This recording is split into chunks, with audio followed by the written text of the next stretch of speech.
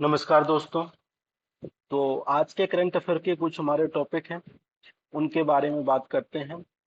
और चाहे वो प्रीलिम्स की दृष्टि से हो या मेंस की दृष्टि से हो, हम उनको महत्वपूर्ण ढंग से और समग्र रूप से क्या करेंगे, डिस्कस करेंगे। और अपनी कॉपी पेंसिल साथ रखिएगा। आइए स्टार्ट करते हैं।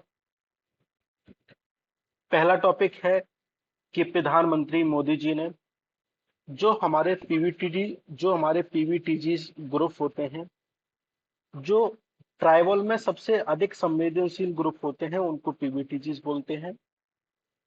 इनके लिए प्रधानमंत्री कौशल विकास योजना के तहत सेंटर का उद्घाटन किया है ताकि उनको स्किल उपलब्ध कराई जा सके और वो रोजगार के साधन उनके पास उपलब्ध हों। उनको स्किल प्रदान कर कर हम क्या करें, उनके जीवन यापन को सुगम बनाया जा सके और उनकी जो संवेदनशीलता है उनको कम किया जा सके। ठीक है, तो ये है। सबसे पहले हम जान लेते हैं कि पीवीटीजीस क्या है। ठीक है, क्योंकि हमारे लिए महत्वपूर्ण है, यूपीएससी कभी कभी पूछ लेता है। तो पीवीटीजीस क्या है? पर्टिकुलरली वनरेबल ट्राइबल ग्रुप होते हैं। इनको डिक्लेयर करने का क्राइटेरिया है कि ये प्री एग्रीकल्चर लेवल की टेक्नोलॉजी का क्या कर रहे हो, उपयोग कर रहे हो। और इनकी पॉपुलेशन या तो स्थिर हो या तो डिक्लाइन कर गई हो। ठीक है। और ये इनके पास जो साक्षरता है बहुत कम लेवल की हो, इनके पास शिक्षा का अभाव हो, ये शिक्षा से वंचित हो। और इनके पास आर्थिक जो इनकी गतिविधियां हैं वो शून्य हो, शून्य के बराबर हो। और इनको जो आर्थिक जीवन में जो कठिनाइयों का क्या कर रहे हो, कठिनाइयों का सामना कर रहे हो, ये इनकी क्या है, क्राइटेरिया है। तो ऐसे सरकार ने 75 पीवीटीजी डिक्लेयर किए हैं और ये 17 स्टेट और एक यूनियन टेरिटरी में है। तो इनके प्रति सरकार क्या करती है, स्पेशल मेजर लेती है ताकि इनको जीवन में कोई कठिनाइयां ना हो और इनका एम्पावरमेंट किया जा सके और इनके लिए लघु कुटीर उद्योग और इनकी शिक्षा से संबंधित कार्य किया जा सके। तो ऐसा सरकार के द्वारा समय समय पर निर्णय लिए जाते हैं। और 75 में से सबसे ज्यादा कहाँ है? उड़ीसा में है और उसके बाद आंध्र प्रदेश में है। तो आप इस बात को ध्यान रखिएगा। दूसरा, अब हम मेन बात पे आते हैं। ये सेंटर क्या करेंगे, इनको स्किल प्रदान करेंगे। और ये जो प्रधानमंत्री कौशल विकास योजना है, इसके अंतर्गत इनका उद्घाटन किया गया है। ये एक्चुअली क्या है, इस योजना को 2015 में चालू किया गया था। सरकार की फ्लैगशिप स्कीम है और ministry of skill development entrepreneurship के अंतर्गत काम करती है। और इसको जो इम्प्लीमेंट करता है, national skill development corporation implement करता है। ये लोगों को स्किल सर्टिफिकेट देती है, इसके अंतर्गत लोगों को स्किल सर्टिफिकेट दिया जाता है। और जो इंडस्ट्री में जो हमारे भारतीय उद्योग हैं या फिर विदेशों में जो उद्योग हैं, तो उनके अनुसार लोगों को ट्रेनिंग दी जाती है, रिलेवेंट, जो आज के समय में क्या हो, प्रासंगिक हो, ताकि वो अपने वर्तमान समय में जीवन यापन की गतिविधियों को कर सकें। ठीक है, और अपने गर्मपूर्ण जीवन उनको प्रदान कर सकें। और इसके अंतर्गत अगर किसी व्यक्ति के पास पहले से, इसका मतलब होता है आरपीएल का, कि रिकॉग्निशन ऑफ प्रायर लर्निंग। मतलब मान लो कोई व्यक्ति पहले क्या करता था, मान लो कोई व्यक्ति, मान लो छोटा सा लघु कुटीर उद्योग में काम करता था और उसके पास स्किल है, मान लो वो टेलर का काम करता था। ठीक है, लेकिन वो स्किल उसके पास एडवांस लेवल की नहीं है। तो इस योजना के तहत क्या किया जाता है, वो उसको उसी स्किल में क्या किया जाता है, एडवांस बनाया जाता है। और उसकी जो प्रायर लर्निंग है, जो उसने पहले सीखा है, उसका रिकॉग्निशन किया जाता है और उसके आधार पर उसको सर्टिफिकेट दिया जाता है। ठीक है, तो ये हमारे लिए योजना थी। हमने पीवीटीजीज भी पढ़ लिए, आप इसको ध्यान रखना। और अब हम बात कर लेते हैं कि जनजाति समुदाय है वो हमारे कहाँ कहाँ पूरे भारत में डिस्ट्रीब्यूटेड है। मेन मेन बात कर लेते हैं, इसके अलावा बहुत सारी जनजातियां हैं। तो सबसे पहले बात है कि हमारा जो खासी समुदाय है, वो देखो यहाँ मिलता है। पूरा जो वाला एरिया शेडेड आपको दिख रहा है, ये वाला, ये खासी समुदाय देखने को मिलेगा। दूसरा जो भील है, वो देखो यहाँ मध्य प्रदेश, गुजरात, राजस्थान वाले एरिया में मिलेगा। ठीक है, और इधर भी आपको व्हील देखने को, नहीं ये व्हील नहीं है, इधर व्हील नहीं मिलता है। इधर ये मिलेगा आपको चकमा। जो चकमा और हजांग कम्युनिटी रहती है, चकमा क्या है, बौद्ध है, और हजांग क्या है, हिंदू है। इनमें विवाद रहता है हमेशा, सरकार इनके संरक्षण के लिए प्रयासरत है। ठीक है, तो ये चकमास है, यहीं पे हजांग पाए जाते हैं। और दूधिया, ये हमारे गुजरात रीजन में देखने को मिलते हैं, हल्के से महाराष्ट्र रीजन में भी देखने को मिलते हैं। उसके बाद आगामी, आगामी आपको यहाँ देखने को मिलते हैं, ये नागालैंड, मणिपुर, असम वाले रीजन में थोड़ा सा शेडेड एरिया है। उसके बाद औरंग है, तो औरंग आपको इधर देखने को मिलेंगे ये। ठीक है, और चेंचू जो ट्राइब है वो हमारे इस रीजन में देखने को मिलेगी, तमिलनाडु वाले रीजन में, आंध्र प्रदेश तेलंगाना रीजन में, और हल्का सा केरला कर्नाटक रीजन में भी शेडेड है। मतलब कि जो दक्षिणी, जो हमारे नीलगिरी पर्वत हिल है, वहाँ पे चेंचू ट्राइब देखने को मिलती है। दूसरा संताल आपको मिलेगा झारखंड, बिहार, और ये वाला उत्तर प्रदेश का हल्का सा रीजन है, वहां पे भी देखने को मिलता है। ठीक है, जारवाज हमको देखने को मिलते हैं अंडमान निकोबार में, और जो सेंटिनलीज ट्राइब है वो भी हमको कहाँ मिलती है, अंडमान निकोबार में देखने को मिलती है। तो हमने ट्राइब का थोड़ा सा ओवरव्यू लिया। अब हम आगे बात करते हैं, इसी से संबंधित एक न्यूज चर्चा में है कि khadi and village industries commission ने 72 यूनिट प्रधानमंत्री एम्प्लॉयमेंट जनरेशन प्रोग्राम के तहत उनको इस्टेब्लिश किया है, ताकि इसके तहत लोगों को रोजगार दे सके। अब रोजगार कैसे मिलेगा, ये योजना क्या है एक्चुअली, इसके तहत लोगों को क्रेडिट लिंक सब्सिडी स्कीम है, मतलब लोगों को क्रेडिट दिया जाता है, सब्सिडी दी जाती है। किसको, जो लघु कुटीर उद्योग है उनको, चाहे वो ग्रामीण क्षेत्र में हो चाहे वो अर्बन एरिया में हो, उनको सब्सिडी दी जाती है, ताकि वो एम्प्लॉयमेंट जनरेशन में महत्वपूर्ण भूमिका अदा कर सके। ठीक है, पहली बात ये है। इसको सबसे पहले 2008-9 में लॉन्च किया गया था, लेकिन इसका जो नाम है प्रधानमंत्री एम्प्लॉयमेंट जनरेशन योजना, इसको रूरल एम्प्लॉयमेंट जनरेशन प्रोग्राम और प्रधानमंत्री रोजगार योजना को मर्ज करके इसका नाम हो गया है prime minister employment generation programme. ठीक है, तो इस बात को आप ध्यान रखेंगे। दूसरा, अब चर्चा में है कि khadi and village industry commission क्या है। तो khadi and village industry commission क्या है, ये khadi and village industry commission act 1956 के तहत इसको स्टेब्लिश किया गया है, और ग्रामीण में क्या करता है, लघु कुटीर उद्योग को संबंधित उनको एम्पावर करने के संबंध में कार्य करता है, उनको ऑर्गेनाइज करने में कार्य करता है, उनको डेवलपमेंट करने में काम करता है, और खादी और विलेज की जो इंडस्ट्री है उनको देखने में क्या करता है, काम करता है। जैसे आपने कई जगह देखा होगा कि खादी मेला ऑर्गेनाइज होता है, तो ये केबीआईसी के द्वारा ऑर्गेनाइज किया जाता है। तो आप इस ऑर्गेनाइजेशन को ध्यान रखेंगे, ये ग्रामीण की अर्थव्यवस्था में महत्वपूर्ण भूमिका अदा करता है, तो आप इसको ध्यान रखेंगे। नेक्स्ट, अब आपने देखा होगा कहीं बाढ़ों का लगातार सिलसिला जारी है, पाकिस्तान में बाढ़ है, मध्य प्रदेश में भी बाढ़ देखने को मिली, बेंगलोर में भी बाढ़ देखने को मिली, और अन्य कई जगहों में देखने को बाढ़ मिली। तो इंडियन मेट्रोलॉजिकल डिपार्टमेंट ने क्लाइमेट चेंज के बारे में लोगों को अलर्ट किया है, और कहा है कि जो एक्सट्रीम इवेंट हमको देखने को मिल रहे हैं, कहीं बाढ़ देखने को मिल रही है, कहीं सूखा देखने को मिले हैं 2022 में, ये ग्लोबल वार्मिंग का इम्पैक्ट है इंडियन मानसून पर। तो इंडियन मानसून कैसे आता है, पहले हमको उसके बारे में पता होना चाहिए। उससे पहले हम फिर ये देखेंगे कि इसका इम्पैक्ट क्या है, और मानसून, इंडियन जो मानसून है वो ग्लोबल वार्मिंग से कैसे चेंजेस हो रहा है, कैसे शिफ्ट हो रहा है, कैसे इम्पैक्ट हो रहा है, तो आपको आसानी से सारी बातें समझ में आ जाएंगी। अब जैसे आप ये समझो, जैसे मान के चलो पेरू के तट पे जैसे हमारा लो प्रेशर, पेरू के तट पे जैसे हमारे पास जो वाटर जो बॉडीज हैं वो क्या है, कोल्ड रहती हैं। मान लो यहाँ इधर पेरू का तट है, इधर कहीं, तो वाटर बॉडीज हैं वो क्या रहती है, कोल्ड कोल्ड रहती है, वहाँ का टेम्परेचर थोड़ा सा क्या रहता है, कम रहता है, तो वहाँ पे हाई प्रेशर का निर्माण होता है। ठीक है, जैसे मैंने कई जगह आपको बताया था, कई जगह मैंने आपको बताया था और इससे पहले वाले लेक्चर में हमने भारतीय मानसून को समग्र रूप से डिस्कस किया है।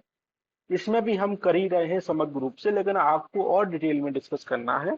और इंडियन मानसून से जितने भी हमारे पास पहलू हैं, जितने भी हमारे पास टॉपिक संबंध चर्चा में रहते हैं, वो सब हमने डिस्कस किए थे। तो सबसे पहले बात कर लेते हैं कि थोड़ा सा ओवरव्यू ले लेते हैं कि कैसे हमारा मानसून जनरेट रहता है, ताकि जो नए लोग हैं उनको समझ में आ जाए। ठीक है। और पुराने लोग हैं वो तो एक्चुअली उनको आता है, तब भी वो क्या करें, देखें।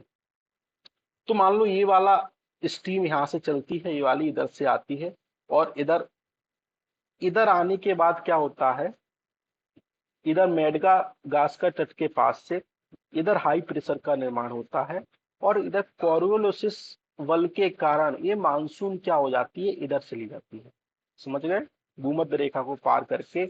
और इसी दौरान क्या होता है, भारत के मैदान में क्या होता है, गंगा के मैदान में क्या होता है, लो प्रेशर का निर्माण हो जाता है।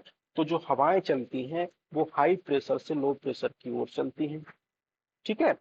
अब इधर गया तो एक्चुअली इधर क्या होता है, इधर आने के बाद ये मानसून की हवाएं दो शाखाओं में बट जाती हैं। एक इसको बोलते हैं अरब सागर की शाखा, और एक बोलते हैं हम वेस्ट मन की बंगाल की खाड़ी की शाखा। ये फिर एक्चुअली फिर क्या करती है, इस वाले में देखना, ये फिर एक इधर से इधर एंटर होती है, ये इधर से एंटर होती है, ये इधर से एंटर होती है। एक शाखा तो एक इधर से, एक इधर से, और एक अरावली वाली श्रेणी से एंटर होती है। और इधर वाली शाखा होती है वो इधर से एंटर होती है, कुछ इधर चली जाती है। समझ रहे। तो यहाँ पे बनने के बाद ये दोनों शाखाएं मिलती जाती हैं। तो इधर से इधर जाते हैं तो बारिश की मात्रा कम होती जाती है, इधर से इधर जाते हैं तो बारिश की मात्रा कम होती जाती है। तो इसलिए इस रीजन में बारिश क्या होती है, कम होती है। आप इस बात को देख पाएंगे। दूसरा, अब ये हमारा क्या है, जनरल सीक्वेंस है। मानसून हमारा ऐसे काम करता है, इसलिए इसको बोलते हैं दक्षिण पश्चिमी मानसून। तीन शाखाओं में बट गया, इधर लो प्रेशर का निर्माण हुआ, इधर हाई प्रेशर का, तो कोरियोलिस फोर्स के कारण इधर ट्रांसफर हो गया। और इधर ये दो शाखाओं में, एक बंगाल की खाड़ी शाखा, इधर इधर की शाखा। अब आपने देखा होगा जो तमिलनाडु में जो बारिश है वो अक्सर ठंड के समय होती है, क्योंकि ये पवन अभिमुख तट के सामने पड़ जाता है। तो इसलिए ये शाखा इधर के समांतर होती हुई इधर चली जाती है, तो इधर नहीं मुड़ पाती, तो इधर बारिश नहीं हो पाती, और इधर वाली शाखा इधर भी नहीं हो पाती। जब ये इधर से लौट के आती हैं हवाएं, इधर से आर्द्रता ग्रहण करके, तो ये इधर टकराती है, तो ये पे क्या होती है, बारिश होती है लौटते हुए मानसून के द्वारा तमिलनाडु पर। ठीक है। ये कंसेप्ट आपको क्लियर, ये हमारा नॉर्मल फेनोमेना है। ठीक है। ये बरसों से लगातार चलता आ रहा है, और ला लीना की स्थिति में हमको देखने को मिलता है। ठीक है। अब एक्चुअली क्या हुआ है कि क्लाइमेट चेंज क्या हुआ है, क्लाइमेट में थोड़ा सा शिफ्ट हुआ है। जैसे आपने देखा होगा कि मध्य प्रदेश, गुजरात, राजस्थान और महाराष्ट्र के कुछ पार्ट हैं, इनमें हमको नॉर्मल से ज्यादा इस बार और लगातार 2 सालों से वर्षा देखने को मिली है। ठीक है। जबकि जो वेस्ट बंगाल वाला रीजन है, झारखंड वाला रीजन है, बिहार वाला रीजन है, वहां पे नॉर्मल रेनफॉल, माने कि यहाँ पे जो सामान्य जो वर्षा होती थी उससे भी कम वर्षा हुई है। तो इसका मतलब क्या हुआ बेटा, इसका मतलब ये हुआ कि ये वाली जो शाखा है, ये वाली शाखा कमजोर पड़ रही है। बात आ रही समझ में, तभी तो यहाँ पे वर्षा नहीं हो पा रही। ये वेस्ट बंगाल झारखंड वाला रीजन है, उड़ीसा वाला रीजन है, तो तभी यहाँ पे बारिश नहीं हो पा रही। तो ये इंडियर जो आईएमडी ने कहा है कि ये क्लाइमेट चेंज का इफेक्ट है, तो ये वाली जो शाखा है, ब्रांचेस है, ये कमजोर पड़ गई है। तो इसलिए इस पे वर्षा इस बार हमको कम देखने को मिली है। वर्षा शिफ्ट कहाँ हो गई है, इस रीजन में शिफ्ट हो गई है। बात आ रही समझ में, इस रीजन में। तो देखो क्लाइमेट चेंज का अंतर कितना बड़ा है। ठीक, ये बात आपको समझ में आई। तो यही इनने बोला है कि हमको कहीं बहुत शुष्क क्षेत्र देखने को मिलता है, कहीं कम समय में बहुत ज्यादा बारिश देखने को मिल रही है। ये क्लाइमेट चेंज का असर है। और इससे क्या हो रहा है कि लो प्रेशर और डिप्रेशन में हमको एक ट्रेवलिंग देखने को मिल रही है। जैसे मान लो प्रेशर इधर बनता था तो इधर हमारी सारी हवाएं आएंगी। अब जो लो प्रेशर है और डिप्रेशन है, कहाँ बनने लगा है, यहाँ बनने लगा है। तो इधर से जो ए वाली शाखा है वो कमजोर हो रही है, तो यहाँ पे लो प्रेशर की जगह क्या हो रहा है, ट्रेवल हो रहा है लो प्रेशर। तो यहाँ पे वर्षा की स्थिति हमको देखने को मिलती है। ठीक है। पहली बात ये हो गई। दूसरा, अब इससे इम्पैक्ट क्या क्या पड़ेगा। इम्पैक्ट होगा कि अगर एक क्लाइमेट चेंज अगर लगातार होता रहा तो अनइवन डिस्ट्रीब्यूशन हमको देखने को मिलेगा।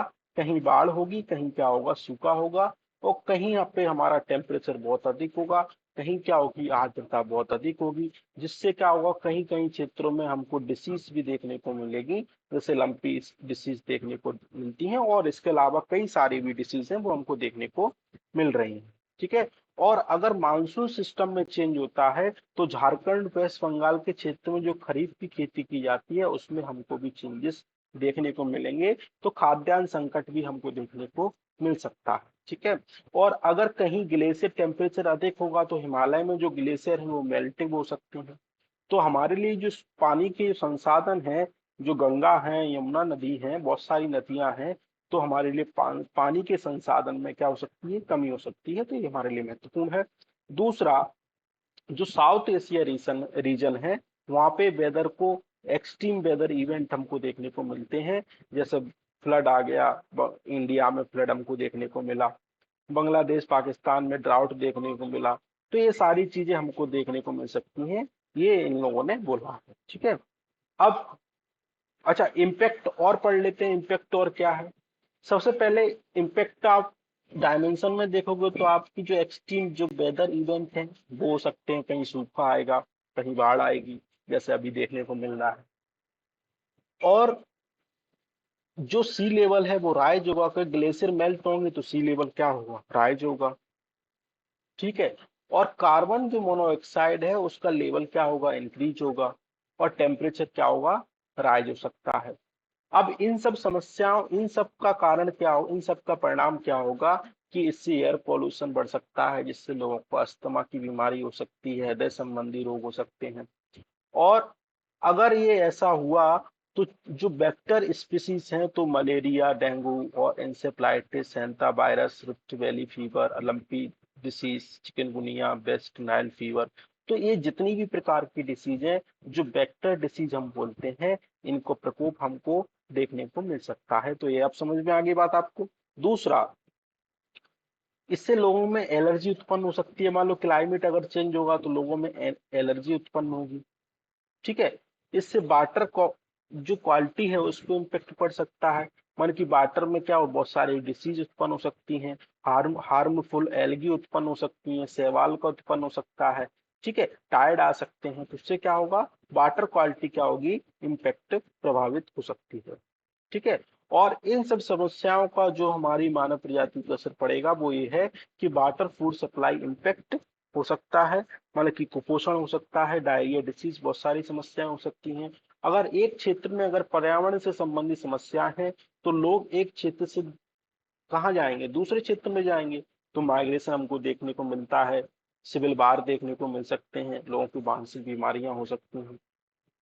और हाल ही में आपने देखा होगा कि यूरोप में अब तक का सबसे बड़ा हीट, मतलब कि हीट वेव आ सकती है, जैसे यूरोप में हमने देखने को मिला। ठीक है। फर्टिलिटी, मेंटल हेल्थ प्रॉब्लम, ये सारी चीजें हो सकती हैं, सीवियर वेदर की वजह से सारी चीजें इम्पेक्ट हो सकती हैं। तो ये हमने बातें समझ ली।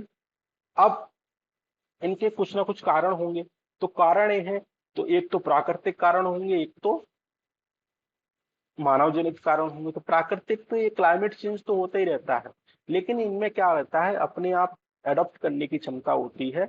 लेकिन मानव जनित कारणों ने इनको तीव्र कर दिया है, इसलिए वे क्या कर नहीं पा रहे हैं, अडॉप्ट नहीं कर पा रहे हैं। तो नेचुरल कारण क्या है, सन स्पॉट, सोलर साइकिल, जो सोलर फ्लेयर होती है वो आती है, उससे क्लाइमेट चेंज होता है। ओशियन करंट के कारण भी क्लाइमेट चेंज होता है, मतलब कहीं टेम्परेचर अधिक, कहीं टेम्परेचर कम, मतलब कोल्ड वेव और हीट वेव। दूसरा, फॉरेस्ट फायर के कारण भी क्लाइमेट चेंज होता है, वॉल्केनिक जो इरप्शन होता है उससे भी क्लाइमेट चेंज होता है, और मीटेरोटिक अगर आते हैं तो उससे भी होता है, और मीथेन इमिशन, तो उससे भी क्लाइमेट चेंज हमको देखने को मिलता है। तो ये जितने भी कारण हैं वो क्या है, प्राकृतिक कारण है। और मानव जनित कारण क्या है कि मानव ने क्या किया है कि अधिकांश खाद्यान्न उत्पादन के लिए केमिकल का अधिक उपयोग किया है, तो इससे क्लाइमेट चेंज देखने को मिल रहा है। डिफोरेस्टेशन, विकास की दोष ने उसने वृक्षों को क्या काटा है, तो डिफोरेस्टेशन देखने को मिला है। तीसरा, इंक्रीज व्हीकल, आपने देखा होगा शहरों में गाड़ियों लंबे लंबे जाम लगते हैं, तो व्हीकलों की संख्या अधिक है, तो कार्बन डाइऑक्साइड, कार्बन मोनोऑक्साइड, उनका एमिशन होता है। ओजोन गैस का एमिशन होता है तो ये हमको देखने को मिलता है। Emission of green house gases देखने को मिलता है। कई इंडस्ट्रियों के द्वारा पॉल्यूशन देखने को मिलता है और कार्बन मोनोऑक्साइड गैसेस को देखने को मिलता है। और भी कई कारण हैं, अगर हम समय रहते नहीं सुधरे तो ये सारी चीजें हमको देखने को मिल सकती हैं और हमारी पृथ्वी खत्म होने की कगार पे पहुंच सकती है। तो हमने इस टॉपिक को समग्र रूप से डिस्कस किया, हमने इसका बेसिक भी जाना और इसमें क्या क्या चेंजेस हो रहे हैं तो वो भी जाना। अब एक महत्वपूर्ण टॉपिक ये है कि यूएस स्टेट रिप्रेजेंटेटिव के साथ मीटिंग हुई और डब्ल्यूटीए की एक बॉडी है जिसका नाम है अपलेट बॉडी। मानो इसमें जो डब्ल्यूटीए से संबंधित लोग क्या करते हैं, अपील करते हैं और जो ट्रेड संबंधित जो डिस्प्यूट होते हैं उन देशों के मध्य वो इसमें देखने को मिलते हैं, इसमें समाधान होता है। लेकिन कई सालों से क्या है, यूएस ने क्या किया है, इसमें अपॉइंटमेंट नहीं किया है, इसमें नियुक्ति नहीं की है। तो ये बॉडी क्या है, शिथिल पड़ी है, मतलब कि डॉर्मामेंट अवस्था में है। इसको आप देख सकते हैं। डब्ल्यूटीओ में क्या है, एक्चुअली दो तरह के डिस्प्यूट रेजुलेशन प्रोसेस होती है। एक तो है कि म्यूचुअली अगर आप एग्री सॉल्यूशन पे मतलब कि अगर आप सहमत हैं तो आप आपस में सॉल्यूशन कर लो। दूसरा, जो डब्ल्यूटीओ की जो अपलेट बॉडी है वो क्या करती है, अपना जजमेंट देती है, उसके आधार पे आपका समाधान होता है। ठीक है। अपलेट बॉडी क्या है, डब्ल्यूटीओ की एक अपेक्स बॉडी है जो डिस्प्यूट को सेटलमेंट करने का काम करती है। ठीक है। और इसमें क्या होते हैं, 7 मेंबर होते हैं जिसको डिस्प्यूट सेटलमेंट बॉडी के द्वारा अपॉइंट किए जाते हैं और इनका जो कार्यकाल रहता है वो 4 ईयर का टर्म रहता है। ठीक है। और जो डीएसबी होती है, डिस्प्यूट सेटलमेंट बॉडी, इसमें डब्ल्यूटीओ के सभी मेंबर क्या होते हैं, रहते हैं। ठीक है। बात आगे समझ में। अपलेट बॉडी को कौन करता है, डीएसपी। और डीएसपी में क्या रहते हैं, डब्ल्यूटीओ के जितने मेंबर सदस्य हैं वो सब रहते हैं। ठीक है। मेनली स्ट्रक्चर क्या है कि मिनिस्ट्रियल कॉन्फ्रेंस होती है, फिर इसके जनरल काउंसलिंग होती है, डिस्प्यूट सेटलमेंट बॉडी होती है, ट्रेड पॉलिसी रिव्यू बॉडी होती है, गुड्स काउंसिल होती है, इंटेलेक्चुअल प्रॉपर्टी काउंसलिंग होती है और सर्विस से संबंधित काउंसलिंग होती है। तो ये आप स्ट्रक्चर ध्यान रखिएगा। दूसरा, वर्ल्ड ट्रेड ऑर्गेनाइजेशन का हम हिस्ट्री जान लेते हैं कि क्या है। सबसे पहले गेट के रूप में इसको 1944 में स्टेब्लिश किया गया। गेट का स्टेब्लिश तब हुआ था जब ब्रिटेन बोर्ड, जिसको ट्विन्स बोलते हैं, आईएमएफ और वर्ल्ड बैंक उनको ब्रिटेन में ट्विन्स बोलते हैं, इसके समय भी गेट का स्थापना हुआ था और उसको 1995 में गेट की जगह पर रिप्लेसमेंट किया गया। ठीक है। इसका एजेंडा ये था डब्ल्यूटीओ का, जो वर्ल्ड वार सेकेंड के दौरान जो ग्लोबल इकोनॉमी थी उसको रिकवर करवाना था और प्रमोट फ्री ट्रेड और फ्री मार्केट को हमको देखना था। ठीक है। और जितने भी मतलब की गलत प्रैक्टिस होती थी इंटरनेशनल, उसकी बाउंड्रीज को, उसको हमें क्या करना था, इंटरनेशनल बाउंड्री पे हमें क्या करना था, सर्विस प्रोवाइड करना था, गलत करप्ट प्रैक्टिस को एलिमिनेट करना था। ठीक है। गेट में जो इनिशियली कंट्री थी वो 23 कंट्री थी और इसकी जो उरुग्वे राउंड की जो मीटिंग थी 1986 में, जिसको मराकेश अकॉर्ड 1955 के तहत इसको स्टेब्लिश किया गया था, जिसको मराकेश राउंड बोलते हैं, तब इसको नाम पड़ा डब्ल्यूटीओ। इस बात को समझेंगे आप। ठीक है। अब कुछ स्ट्रक्चर है, इसमें गुड्स से संबंधित देखा जाता है, सर्विस से और इंटेलेक्चुअल प्रॉपर्टी राइट से संबंधित और डिस्प्यूट सेटलमेंट से संबंधित और पॉलिसी रिव्यू से संबंधित बातें देखी जाती हैं। 3 महत्वपूर्ण सब्सिडी रहती हैं और विवाद भी रहता है कि इनको बोलते हैं ग्रीन सब्सिडी, ब्लू सब्सिडी और अम्बर बॉक्स सब्सिडी। इस पे क्या है एक लगाम है कि विकसित देश 5% सब्सिडी दे सकते हैं और जो विकासशील देश है केवल 10% सब्सिडी दे सकते हैं। और इस पे विवाद हमेशा बना रहता है कि विकासशील देश क्या रहते हैं अपने सब्सिडी को, वो खाद्यान्न सुरक्षा को सुनिश्चित करने के लिए सब्सिडी पे बात करते हैं। ठीक है। बस इतना महत्वपूर्ण है, इसको हम किसी दिन हॉलिस्टिकली वे में कवर करेंगे और जितनी भी मीटिंग हुई है सबको देखेंगे और इनमें क्या क्या आउटकम आई है वो भी हम देखेंगे। बस अभी आपको इतना ही ध्यान रखना है। ठीक है। अब आगे चलते हैं। सरकार ने क्या किया है, नेशनल लॉजिस्टिक पॉलिसी डिक्लेयर की है और इसका मतलब है कि हमारे देश में जितनी भी गुड्स और सर्विस है उसका सीमलेस क्या हो सके, मूवमेंट हो सके। और सरकार चाहती है कि हम अपनी जो भी मतलब कि जैसे एक स्थान से दूसरे स्थान पर अगर कोई लॉजिस्टिक ले जा रहे हैं, तो उसमें जो कॉस्ट है वो 14% अभी है हमारी। अगर कॉस्ट ही ज्यादा होगी तो जो प्रोडक्ट होगा उसकी वैल्यू भी ज्यादा होगी, तो उससे क्या होगी, महंगाई भी बढ़ेगी। हम ईज ऑफ डूइंग लोगों से, अदर कंट्री से compete नहीं कर पाएंगे। ठीक है। दूसरा, तो सरकार ने कहा है कि 10% तक लाने का प्रयास करेंगे। और जो एक इंडेक्स है, ग्लोबल लॉजिस्टिक परफॉर्मेंस इंडेक्स, इसको वर्ल्ड बैंक के द्वारा जारी किया जाता है। तो सरकार ने कहा है कि 2030 तक हम इसको 25 रैंक पे आने की बात करेंगे। अभी जो है वो हमारी 44वीं रैंक है, तो ये सरकार ने बात की है। दूसरा, सरकार ने ये कहा है कि लॉजिस्टिक एम्प्लॉयमेंट जनरेट होगा, 10 से 15 मिलियन जॉब हम इसमें जनरेट करने की कोशिश करेंगे। ठीक है। और हमें अलग अलग, और जितने भी लॉजिस्टिक में जैसे रेल हो गया, सड़क हो गया, एयर हो गया, तो इनको सिंगल पॉइंट देखने की जरूरत है, समग्र रूप से देखने का काम करेंगे। ठीक है। और जो एग्री लॉसेस हैं उनको हम 5% से कम तक लाने का क्या करेंगे, प्रयास करेंगे, तो सरकार ने कहा है, तो आप इस पर ध्यान रखिएगा। ठीक है। बस यही महत्वपूर्ण है, और हमें इससे ज्यादा पढ़ना नहीं है। दूसरा, सरकार ने और क्या स्टेप लिए हैं। सरकार ने लॉजिस्टिक डिविएशन प्रोग्राम लेके आई है। सरकार गति शक्ति स्कीम लेके आई है। सरकार भारतमाला प्रोग्राम लेके आई है, जिसमें सरकार क्या करेगी, रोडों का डेवलप करेगी। 84, मतलब कि 84,000 किलोमीटर न्यू हाईवे बनाएगी। और सरकार सागरमाला प्रोजेक्ट लेके आई है, जिसमें 75,000 किलोमीटर कोस्ट लाइन बनाएगा, और 14,500 किलोमीटर मतलब कि जो वाटर वे हैं वो बनेंगे। सरकार फ्रीएट कॉरिडोर लेके आई है। और सरकार पहले चाहती थी कि जो multimodal transport goods act 1993 है, उसको national logistic efficiency advance practicality and safety act के तहत काम करना चाहिए। ये सारी बातें हैं, और यही सारी बातें हैं कि हाई टेक से काम करना है, बस इतना आपको ध्यान रखना है। मीन्स में आएगा तो आपके काम इतना चल जाएगा। ठीक है। अब एक संगठन चर्चा में है, international fund for agriculture development. ये क्या है, कि इंटरनेशनल फाइनेंशियल इंस्टीट्यूशन है, और इसका जो हेड क्वार्टर है वो रोम में है, यूनाइटेड नेशन का संगठन है। इसका महत्वपूर्ण काम है कि गरीबी और जो भुखमरी है उसको ग्रामीण क्षेत्रों में खत्म करना, जो विकासशील देश है वहां पे। और जो फूड सिक्योरिटी से संबंधित काम करता है, एग्रीकल्चर और एग्रीकल्चर प्रोडक्टिविटी को बढ़ाने पे काम करता है। ठीक है। सरकार भारत ने अभी तक 1.2 बिलियन डॉलर की इससे सहायता की है, ली है, और स्मॉल होल्डर फार्मर के लिए काम करता है। बस आप ध्यान रखना इसका मुख्यालय कहाँ है, और इसका काम क्या है। ठीक है, इस बात को ध्यान रखेंगे।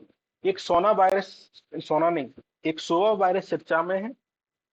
एक mobile banking Trojan horse virus है, जो एक मालवेयर रहता है, जो आपके लिजिटिमेट जो प्रोग्राम रहते हैं उनको टारगेट करने की कोशिश करता है, और आपके जो महत्वपूर्ण जो जानकारी होती है उनको प्राप्त करने की कोशिश करता है, हैक करने की कोशिश करता है। तो बस अब ध्यान रखना सोना वायरस क्या है, एक ट्रोजन हॉर्स है जो मोबाइल से संबंधित। ठीक है। नीरोसेफ एक टेक्निक चर्चा में है। एक्चुअली क्या है, हम अगर किसी मेडिसिन का ट्रायल करते हैं, तो एक्चुअली अभी हम क्या करते हैं, बंदरों पे करते हैं, मंकी पे करते हैं, कि वो उस पे कितना प्रभावी है, क्या आउटकम आ रहे हैं। ठीक है, उन पे करते हैं। उसको बोलते हैं मंकी बेस्ड न्यूरो विरोलेंस टेस्टिंग। ठीक है। लेकिन इसमें कुछ नैतिक कंसर्न भी है, कि आप इथिकल कंसर्न भी है, कि आप किसी बंदर प्रजाति को 8-9 महीने किसी कमरे में रख रहे हैं, उसका आउटकम देख रहे हैं, और उसको गलत तरीके से उस पर क्या कर रहे हैं, टेस्टिंग कर रहे हैं। लेकिन अब न्यूरोसेफ ये है कि एक स्मार्ट वैक्सीन टेस्टिंग मेथड है, जो एनिमल और ह्यूमन को, मतलब कि कोई वैक्सीन किसी मतलब कि न्यूरो विरोलेंस, मतलब कि एक हमारा न्यूरो बैलेंस है, कि कोई डिसीज किसी व्यक्ति या एनिमल के नर्व सिस्टम को कहाँ तक प्रभावित कर रही है, तो उसको टेस्टिंग है। ठीक है। बस इतना ध्यान रखेंगे, टेस्टिंग मेथड है वैक्सीन से। ठीक है। अब आगे चलते हैं। एक स्वच्छ सुजल प्रदेश की बात आई है, तो अंडमान निकोबार पहला आइसलैंड है जो स्वच्छ सुजल प्रदेश है। इसको मिनिस्ट्री ऑफ जल शक्ति के अंतर्गत सर्टिफिकेट दिया जाता है। इसका मतलब ये होता है कि अगर आपको ये सर्टिफिकेट मिल गया, जैसे आप देख पा रहे हैं यहाँ पे, तो आपके पास सेफ एवं सिक्योर ड्रिंकिंग वाटर सप्लाई है और मैनेजमेंट है, आप ओपन डेफिकेशन फ्री हैं, और आपके पास जितने भी लिक्विड वेस्ट है आप उसका सही से निपटान कर रहे हैं, ठीक है, और आप टेक्नोलॉजी का उपयोग कर रहे हैं, ठीक है, और हर घर जल सर्टिफिकेट अंडमान निकोबार के हर मतलब कि जितने भी विलेज है उनको मिल चुका है। जैसा अभी हमने पढ़ा था कि गोवा गोवा को हर घर जल सर्टिफिकेट मिला है, ठीक है, ऐसे अब अंडमान निकोबार को भी मिल गया है, और सुजल स्वच्छ सुजल प्रदेश अंडमान निकोबार पहला यूटी है। इस बात को देखेंगे। दूसरा, अंबेडकर सरकार सर्किट बनाने की काम की है, सरकार ने काम किया है। ये क्या है कि स्पेशल ट्रेन है। अंबेडकर सर्किट का मतलब है कि अंबेडकर से संबंधित जितनी भी स्थल हैं उन पर ट्रेन जाएगी और आपको दर्शन कराएगी। सबसे पहले महू के पास जाएगी जो अंबेडकर जी का क्या है, बर्थ प्लेस है। फिर नागपुर जाएगी जहां अंबेडकर जी ने बुद्ध धर्म ग्रहण किया। फिर दिल्ली उनके रेसिडेंट पे जाएगी जहां वो लास्ट ईयर में रहे। और फिर महाराष्ट्र जाएगी जहां पे उनकी बॉडी को दफनाया गया या जो भी काम अंतिम संस्कार उनके साथ किया गया, ठीक है।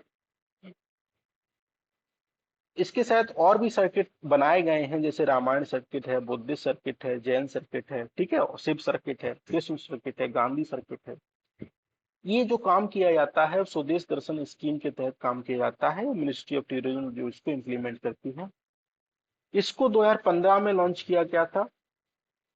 ये circuit based theme based circuit का निर्माण करती है और उससे संबंधित अवसंरचना का निर्माण करती है, और 100% ये इसको वित्तीय सहायता केंद्र सरकार देती है, और 13 थीमेटिक सर्किट बनाने का काम इसके अंतर्गत किया जा रहा है, तो आप इसको ध्यान रखेंगे। आगे चलते हैं। एक महत्वपूर्ण पर्सनैलिटी चर्चा में है। बुरहानपुर जिले के एक छोटा सा गांव है जिरी, वहां का नाम है आशाबाई कैथावास। ये सरपंच है वहां की। इस गांव में एक्चुअली क्या होता था, चोरी होती थी, एक्सीडेंट होता था, लोग उत्पीड़न करते थे, ठीक है। तो इन सब से निपटने के लिए इनने क्या किया है, सीसीटीवी कैमरे बनाए हैं, लगवाए हैं। और इनके पास पैसा नहीं था, सरकार के द्वारा भी इनको पैसा नहीं दिया गया था, तो इनने अपने जो गहने थे, जो ज्वेलरी थी, उसको सिक्योरिटी के रूप में रखा है, और उससे जो पैसा मिला है उससे सीसीटीवी कैमरे लगाए हैं ताकि गांव क्या हो, सुरक्षित हो, ठीक है। तो आप इसको किसी एग्जाम्पल एथिक्स में यूज कर सकते हैं।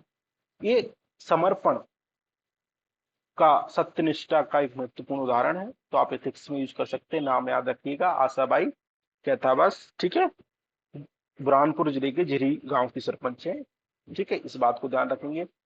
एक पर्सनैलिटी चर्चा में है, पर्सनैलिटी तो नहीं है, एक क्या है, नोबल है, और उससे संबंधित पर्सनैलिटी है, उनका नाम है राजा राज फर्स्ट। पोनियन सेल्वम एक तमिल नोबल है, इससे संबंधित एक फिल्म बनी है, ठीक है, तो जैसे आप यहाँ पे देख पा रहे होंगे, अच्छी फिल्म है, आप इसको देखिएगा। इसी बेस्ड पे जो नोवेल है इसी पे बनी है। और पुन्नियान सेल्वन का मतलब है कि सन ऑफ पुन्नी, पुन्नी का मतलब है कि कावेरी नदी के आप क्या हो, सन हो। ये नोवेल कल्कि कृष्ण मूर्ति पे है, जो फ्रीडम फाइटर मतलब कि फ्रीडम फाइटर हैं, ऑथर भी हैं।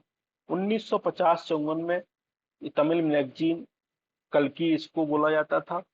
और इसमें जो राजा राज फर्स्ट हैं, जो चोला डायनेस्टी से संबंधित हैं, उनका वर्णन के बारे में किया गया है, तो हमारे लिए महत्वपूर्ण हो जाता है कि राजा राज फर्स्ट को पढ़ें। राजा राज फर्स्ट क्या है, 1985 से 1014 ईडी तक रहे, और ये चोला किंग में जो राजा हो तो उनमें सर्वश्रेष्ठ कहा गया है इस नोवेल में। और इनने क्या किया, बेस्ट पोस्ट श्रीलंका का और मालदीव में इनने विजय मतलब कि ने शासन किया। और चेरा को, जो चेरा साम्राज्य था जिसको कन्ननूर सलाई युद्ध में क्या किया, इनको हराया। और इनने कावेरी नदी पे एक डैम का भी निर्माण करवाया। और इनने एक शिव उनका मतलब कि धर्म था। सबसे महत्वपूर्ण बात है कि इनने राजा राजस्वम टेम्पल का निर्माण करवाया है, जिसको बृहदेश्वर टेम्पल भी बोला जाता है तंजौर में। इस बात को आप ध्यान रखिएगा, ठीक है। आगे चलते हैं। अब एक स्कीम कोविड में आई थी कि डॉक्टरों को, जिसका नाम था प्रधानमंत्री गरीब कल्याण योजना। इससे क्या था कि 50 लाख का कवर मिलेगा फॉर 90 डे के लिए। अगर जो इसमें प्राइवेट सेक्टर भी इन्वॉल्व थे, अगर किसी का एक्सीडेंटल लॉस हो जाता है कोविड में, कोविड से कोई स्टाफ, जो मेडिकल स्टाफ है वो खत्म हो जाता है, तो 50 लाख रुपए का उसको कवर मिलेगा, ठीक है, उसके परिवार वालों को। लेकिन एक रिपोर्ट आई है कि इसके डॉक्टरों को केवल उनकी फैमिली को 20% ही इसके द्वारा पैसा मिला है। प्रधानमंत्री गरीब कल्याण योजना इसका नाम है, बस इतना सा चर्चे में है, हम लोगों ने पढ़ लिया। ठीक है, योजना का ध्यान रखना और अमाउंट ध्यान रखना। ठीक है, मेंस में कोट कर सकते हो। आगे चलते हैं। चाइना ने फिर से ब्लॉक कर दिया है यूनाइटेड नेशन सिक्योरिटी काउंसिल में। एक लिस्ट है 1267, मतलब कि 1267। इस लिस्ट का नाम काम ये है कि जितने भी, मतलब कि इस लिस्ट में जो टेररिस्ट हैं उनको शामिल किया जाता है, और इस लिस्ट में शामिल हो गए तो उनका इंटरनेशनल मूवमेंट, फंडिंग सब क्या हो जाता है, ब्लॉक हो जाता है। तो अमेरिका और भारत ने प्रयास किया था कि 1217 लिस्ट में लश्कर ए ताबा कमांडर थे साजिद मीर, उनको शामिल किया जाए, लेकिन चाइना ने इसको ब्लॉक कर दिया है। तो इस बात को ध्यान रखिएगा, लिस्ट का नाम ध्यान रखिएगा। ठीक है। यूनाइटेड नेशन सिक्योरिटी काउंसिल में टोटल 15 मेंबर होते हैं, 5 मेंबर के पास परमानेंट होते हैं, बाकी 10 के पास रोटेशन होता है। अभी अध्यक्षता किसके पास है, भारत के पास है, इस बात को ध्यान रखिएगा। ठीक है। 5 परमानेंट मेंबर कौन से हैं, चाइना, फ्रांस, ठीक है, यूके, रसिया और यूएस, इस बात को ध्यान रखेंगे। ब्लॉक मतलब कई लोग एक दूसरे, रसिया चाइना के लिए ब्लॉक करता है, मतलब कि जो एक दूसरे के जो पार्टनर रहते हैं उनके लिए ब्लॉक करते रहते हैं, इसलिए लोग क्या कर रहे हैं, इनसे रिफॉर्म की बात कर रहे हैं। और कई रिफॉर्म, लेकिन ये चाहते नहीं है कि हमारी जो विशेष अधिकार है, जो जिनके पास वीटो है, वो रिफॉर्म हो। ठीक है, आगे चलते हैं। सरकार ने नए रूल नोटिफाई किए हैं, juvenile justice and protection amendment model rule 2022 में कहा है, एक कमेटी होती है चाइल्ड वेलफेयर कमेटी, जिसको स्टेट गवर्नमेंट के द्वारा अपॉइंट किया जाता है अंडर जुवेनाइल जस्टिस एक्ट के तहत, और ये केयर प्रोटेक्शन संबंधित कार्य करती है और सेफ्टी वेलबींग संबंधित कार्य करती है, इस बात को ध्यान रखेंगे। सरकार ने कहा है कि इसके, ये आपको रूल वूल ध्यान नहीं रखना है और न केवल ओवरव्यू ध्यान रखना है, कि इसके चेयरमैन है और मेंबर है, मतलब कि ऐसा कोई भी व्यक्ति जो फॉरेन कंट्रीब्यूशन लेता है, वो चेयरमैन और मेंबर सीबीसी का नहीं बन सकता, सीडब्ल्यूसी का नहीं बन सकता।